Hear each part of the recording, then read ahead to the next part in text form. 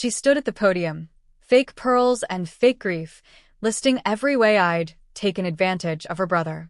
And the whole church just listened. But none of them saw what I found in the glove compartment the night before. Would you? Before we go deeper, tap subscribe and tell me where you're watching from. I'd love to know. My name's Alicia. I'm 41 and I live in Rockford, Illinois. I used to think the hardest part of grief was losing someone. I was wrong. I met Greg at the church fish fry in July. We weren't looking for each other. I'd only come for the cornbread and maybe to sneak a second helping before heading back to my night shift at the hospital. But he was there, tall and patient, holding someone's toddler with practiced ease. He wasn't flashy. He wasn't rich. But he listened. And I noticed that. We got married 2 years later. No big wedding, just a courthouse and a quiet dinner after. He didn't have much. Retired HVAC tech, fixed income life. I'd been a nurse for 17 years, mostly night shifts and side gigs. We didn't have much to flaunt, but what we had we built together. So imagine my confusion when, standing at Greg's funeral in the red brick Baptist church where we'd first held hands, his sister Sharon leaned into the mic and said, "Some people are only loyal to the life insurance check." People gasped. One woman muttered, "Oh Lord." I stayed frozen in the front pew. My hands didn't move. My face didn't twitch. Because Sharon had just declared war. The funny thing is, Greg always warned me about her. "She's got a way of twisting things," he said once, after Sharon tried to claim she'd paid for their mother's care, when all she'd done was forward me an invoice 3 months late. Still, I kept trying. Family's family, right? That's what I told myself when she asked to help plan the funeral. What she really meant was to hijack it.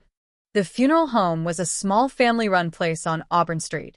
$16,000 for the service, casket, and burial. Greg had prepaid it years ago. Quietly. I only found out because his MyChart login had a scanned invoice saved under his Documents tab. The same tab where I later found something else. But I'll get to that. The first creepy shift came the night before the service. I'd gone to the funeral home alone, just to sit with him. I know it sounds strange, but I couldn't sleep unless I did. And that's when I noticed the photo display Sharon had set up. It was like I never existed. 27 framed pictures. Childhood shots. Military photos. Greg at his HVAC business. Greg with their parents. Greg with his ex-wife from years ago. But not one with me. Not even our wedding photo. Not even our Christmases. Just a glossy rewrite of a life where I was an intruder. Back at the house that night, the silence was different. Not comforting, not peaceful, but sharp. Like something was listening.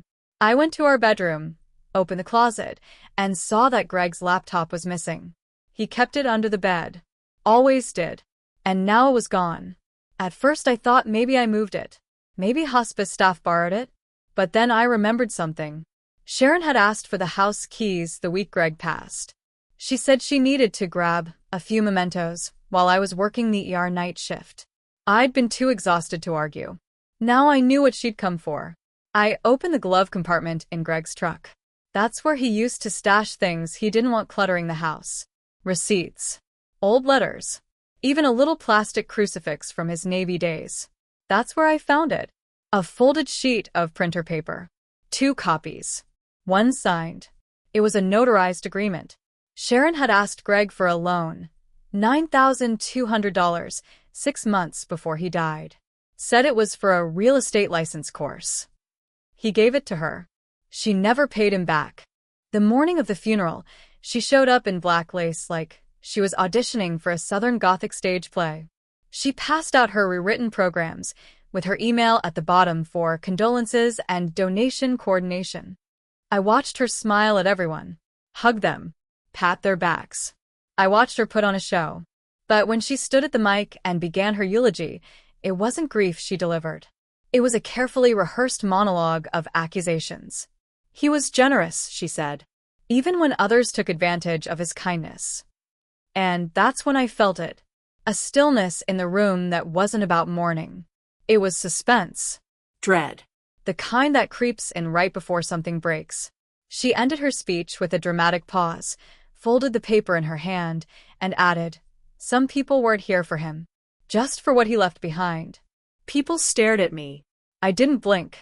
I stood up, walked out the side door, and waited in the car. I didn't cry. I didn't shake. I had the receipts. And I had a plan. But first I needed to confirm something. Something Sharon didn't know I knew. Because the funeral wasn't the end. It was the opening act. I didn't go back into the church. I sat in Greg's truck with the engine off, watching as people filtered out. Some gave polite nods as they passed, like they weren't sure if they should console me or avoid eye contact. One man placed a hand on the hood, lingered for a second too long, then kept walking like he'd touched something cursed. The funeral director came to the window. "Miss Alicia," he said, bending a little. "Do you want me to hold the guest book for you?" I shook my head. "Sharon said she'd take care of it," he added. Of course she did. By the time I got home, the house felt unfamiliar. I walked in through the side door and noticed immediately. The air was wrong. It wasn't the smell. It wasn't the silence. It was the placement of things. The vase Greg's mother had given us was tilted sideways on the shelf. A chair was nudged back slightly from the table. The fridge door had condensation smears that weren't mine. Little things. Nothing you could report. But that's how you know someone's been inside. That's how ghosts leave fingerprints. Or sisters with spare keys. I locked every door. Deadbolt the back entrance. Then I went upstairs and opened the locked drawer in our bedroom where I'd stored Greg's external drive. He used it to back up everything: photos, emails, tax documents. The file labeled 2023_taxes wasn't just spreadsheets. It was a scan of a credit card statement. One I didn't recognize. It was Greg's name on it, but it wasn't one of our cards. And the charges were strange. Multiple transfers to something labeled Walker County Trust. $600 here, $900 there. They weren't medical. They weren't mortgage. They weren't to any place I'd heard him mention. There were also several Amazon orders, but I checked our house. Nothing matched. And one shipment had been delivered 2 days after he passed. The next morning, I went to the UPS store where the delivery had been signed for. Greg's name was on the package, but the clerk remembered a woman picking it up. Late 40s, he said. Blonde. Bossy energy. He didn't need to say more. Sharon. Did she show ID? I asked. She had the slip, he said. Didn't ask questions. That night, I checked Greg's email again. His inbox was mostly clean, but in the archive folder, I found a thread marked urgent. Do not delete. It was from a law office. Something about a property title update. I opened the attached PDF. Sharon had convinced Greg to transfer his share of their parents' old house, the one in her name now, back to her fully, just 6 weeks before his last hospital stay. The language was slippery. Simplifying estate responsibilities, it read. Consolidated ownership to expedite inheritance protocol. But Greg hadn't told me about any of this. And that's when it clicked. At the funeral, Sharon had said, some people weren't here for him. But she hadn't meant me. She was projecting. She had a history of it. Years ago, when her ex accused her of opening credit cards in his name, she'd wept to anyone who'd listen, calling him controlling. She knew how to play victim and narrator at the same time. Now she was doing it again. Only this time, the stage was grief. And the currency was silence. 2 days after the funeral, I started getting calls from numbers I didn't recognize. All local. All hanging up after one ring. I blocked them, but the pattern kept going. Then came the text. Not from Sharon. She was smart enough not to leave digital trails. But from someone with a masked number. You should be careful with what you dig up. It might get dirty. Greg wouldn't want you obsessing like this. Let the dead stay dead. I didn't reply. I screenshot every message and saved them in a hidden folder on my phone. That night, I opened the closet and took out Greg's old coat. He used to keep random things in the pockets, receipts, pens, mints. I reached inside, hoping for something, anything. What I found chilled me. A folded photograph. Torn at the corner. It was a picture of Greg and Sharon in front of a building with a for sale sign. Scrawled on the back in Greg's handwriting. Don't let her bury this. 2022 July. I checked the building online. It was a shell company property tied to a real estate LLC. Greg's name had been removed from the deed just 2 months ago. The rabbit hole had no bottom. But the most disturbing thing happened the following morning.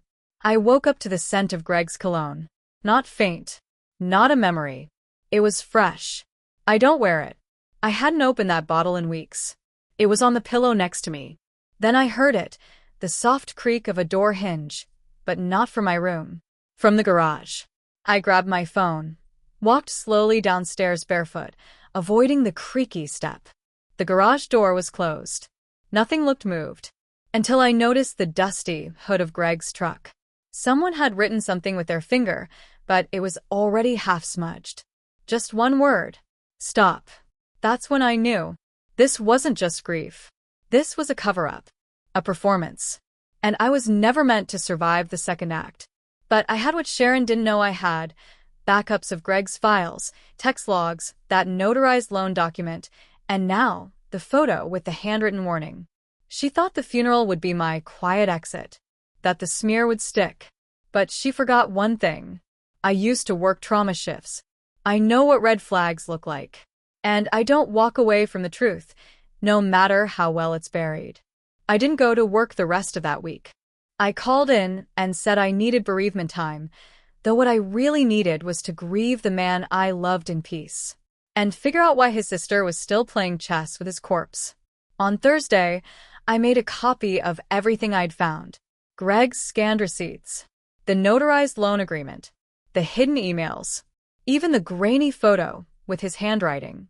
I printed them out and laid them side by side on the dining table, just as the late afternoon sun hit the windows. And that's when I realized something odd. One of the documents, the notarized loan, had a timestamp on the bottom corner, 2:43 a.m., digital signature format. But the notary stamp was dated for the day after. It didn't make sense. Unless someone forged it after Greg's health began to decline. Or unless the file had been tampered with to make it look like Greg had consented when he hadn't. I stared at the document for a long time. Then I checked the PDF metadata. Greg never used advanced settings. He just saved everything as is. But this file? It had been modified 3 times. Once on the original date, once 2 weeks later, and once 6 days after he passed. Meaning someone opened it, edited it, and resaved it. From his account, I dug deeper. Opened the backups on the external drive. One folder caught my attention. SH accounts do not open. I clicked, heart pounding. Inside were 8 screenshots. All of Sharon's Venmo and Zelle activity. Money going in from different names. Repeated transfers from James H. and K. Fulton. But none of those names belonged to Greg's circle. Not coworkers. Not neighbors. Not family. One note caught my eye. For copywriting and cover-up. $1,500. Sent 2 months before Greg's death. There it was. The word she probably meant to type as copywriting, but in context it felt like code. I wasn't looking at messy sibling finances. I was looking at layered deception. Organized. Prepped. And masked by grief. That night, I couldn't sleep. I turned off the lights, closed every curtain, and sat on the living room couch with Greg's old flannel draped over me like armor. Around 1 a.m., the motion light in the backyard flicked on. I live alone. No bits. The gate was padlocked. I walked to the back door quietly and looked through the blinds. Nothing moved. Then I saw it. A shape in the dark. Still. Watching. Not coming closer. Just standing behind the overgrown hedge where Greg used to stack firewood. I didn't move. I didn't open the door. But I took a photo. Just one. It came out blurry, but you could see enough. The outline of a body. The faint flash of something metallic near the hand. Maybe keys. Maybe a phone. Maybe something worse. I turned on every light in the house. That motion light didn't go off for another 8 minutes. The next morning, I filed a quiet police report. Not to accuse Sharon directly, but to document the trespassing, the anonymous messages, and the suspicious paperwork. The officer was polite, but skeptical. Could be coincidence, he said. Grief makes folks act strange. He didn't say it, but I heard it in his tone. You're the widow. You're being dramatic. I smiled. Thanked him. took the card, and left. Because I knew what Sharon was counting on. Me unraveling. If she could make me look paranoid, unstable, erratic, no one would believe me when I said, "She's hiding something." That's how women like her operate. They don't scream. They orchestrate. Later that afternoon, I decided to visit someone Greg had only mentioned once. His old Navy buddy, Charles. Charles lived just outside of Freeport in a small trailer park surrounded by empty farmland and rusted satellite dishes. He looked surprised to see me. "I didn't think you'd ever come," he said. That confused me. Why? He opened his screen door wider. "Because Sharon said you were unstable, that you'd left Greg months before he passed." My blood went cold. "She told me you drained his savings and ran off, that you only came back after he died." I blinked, stunned. "Did you believe her?" He looked down. "I wanted to. But Greg never talked bad about you. Ever. That man loved you." Then he added something else. Something that made my skin tighten. "She came here after the funeral. Tried to get me to sign something. Said it was a witness statement for some probate matter. I didn't sign." My voice cracked. "Do you still have it?" He handed me a crumpled envelope from a drawer. Inside, a typed statement claiming Greg had expressed intent to remove me from his will. It was dated 3 days after he died. The signature at the bottom? A shaky attempt at Charles's name. And a forged line beneath it. Witnessed and confirmed. But the kicker? The notary's stamp matched the same one on my forged loan document. Now I had proof. Not just whispers, but documentation. Evidence of Sharon's interference, her attempts to rewrite Greg's history, and her paper trail of manipulation. Still, I didn't confront her. Not yet. Instead, I turned inward. Started organizing everything like a legal case. I made duplicates. Hid flash drives in places she'd never look. A tampon box. A fake planter. Even mailed one to my cousin in Arizona with no return address. I wasn't just protecting the truth. I was preparing for war. And as I pieced it all together, the bigger picture came into focus. Greg hadn't told me everything not because he didn't trust me, but because he'd realized, too late, how far Sharon would go. The lies weren't new. The financial sabotage wasn't accidental. The forged documents, the surveillance, the erased photos. All of it was part of a slow campaign. A funeral wasn't enough for her. She wanted legacy, ownership, silence. But what she didn't know was that Greg had already started protecting me. I just hadn't seen it until now. Then came the voicemail. Blocked number. Left at 2:01 a.m. I played it once. A whisper. A woman's voice. 5 words. Drop it or be next. No name. No noise behind it. No trace. Just breath. And threat. I didn't delete it. I uploaded it. To 3 separate drives. A private cloud. And to an email draft I kept addressed to an investigative journalist I'd followed for years. Just in case. Because I wasn't backing down. The woman who called me a gold digger at a $16,000 funeral? She was about to learn something. I don't dig for gold. I dig for the truth. And I was just getting started. I didn't sleep after the voicemail. Not from fear, but from clarity. That whisper, that threat, it wasn't a mistake. It was permission. Because once someone tries to scare you quiet, they're admitting something. They know you've seen too much. And Sharon had every reason to be scared. The next morning, I went to the probate attorney's office. Not for her. For me. Greg's will had been updated in 2021, filed, and notarized correctly. I'd never seen it in full before. Only the summary Greg gave me when he said, "I kept it simple." Now I saw what that meant. He'd left me everything in his personal estate, including the house, the savings, and one other asset I hadn't known about. A joint business account under both our names. Balance at time of death, $62,314. Balance now, $6,300. I stared at the screen. My throat went dry. The withdrawal dates matched the days I'd been at work or sleeping post-shift. Greg hadn't touched that money. But someone had. Someone with access. Someone who knew my schedule. And the bank security footage confirmed it. A woman in sunglasses. Blonde. Baseball cap. Withdrawals made in person. Signature verified. On file. When I asked to see it, they showed me a blurry scan. It was a copy of my signature. Only it wasn't mine. Forgery. Identity theft. And the start of a crime trail that led straight to Sharon. Still, I didn't press charges. Not yet. Because I had something better. Greg's files. Her own forged documents. The notary stamp reuse. And now, video evidence, plus the threatening voicemail. But I wasn't going to the police yet. I was going public. 3 days later, I sent an anonymous tip to a regional investigative reporter. Someone I'd followed for years who had a small but loyal YouTube following. She covered fraud, elder abuse, and probate scams, the exact things Sharon thought she could bury with bad grief acting. I uploaded every file, every photo, every log. I didn't use my name. I used Greg's. Subject line. This is how my sister plans funerals. The video dropped 2 weeks later. It was just 13 minutes long. Screenshots, receipts, timelines, Greg's quiet voice from an old voicemail saying, "She's not telling the truth, but I'm too tired to fight it."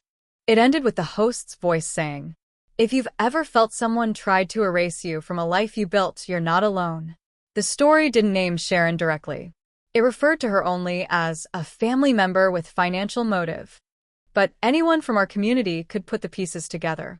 And they did. The fallout came fast. The pastor from the church, where Sharon gave her eulogy, called me. Not to apologize, but to ask if the allegations were true. He sounded shaken. "She told us Greg didn't leave anything. That you were unstable. That you faked receipts." I let him sit in that silence.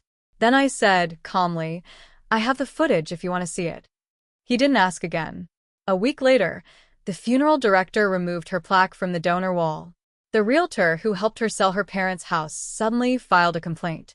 Said the deed Sharon provided raised legal concerns. And her notary?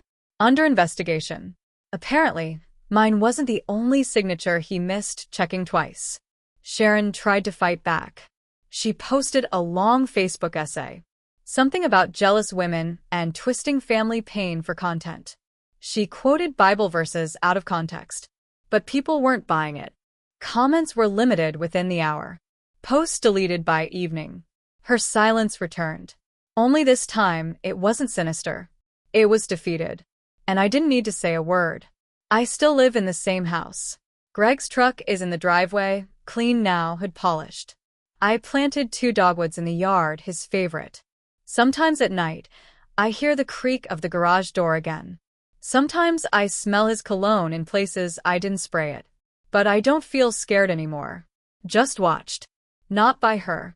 By him. By the quiet kind of love that doesn't need a eulogy or a spotlight to exist. And Sharon? She's still around. Still in town. But quieter. I see her sometimes at the grocery store. She looks away. I don't. Once, she dropped her wallet near the self-checkout. I picked it up, handed it to her. She didn't say thank you, but her hand shook when she took it. And in that moment, I realized something. My revenge didn't need to be loud. It didn't need a courtroom, or handcuffs, or even closure. It only needed this. That every time she told a lie, the truth would already be echoing louder.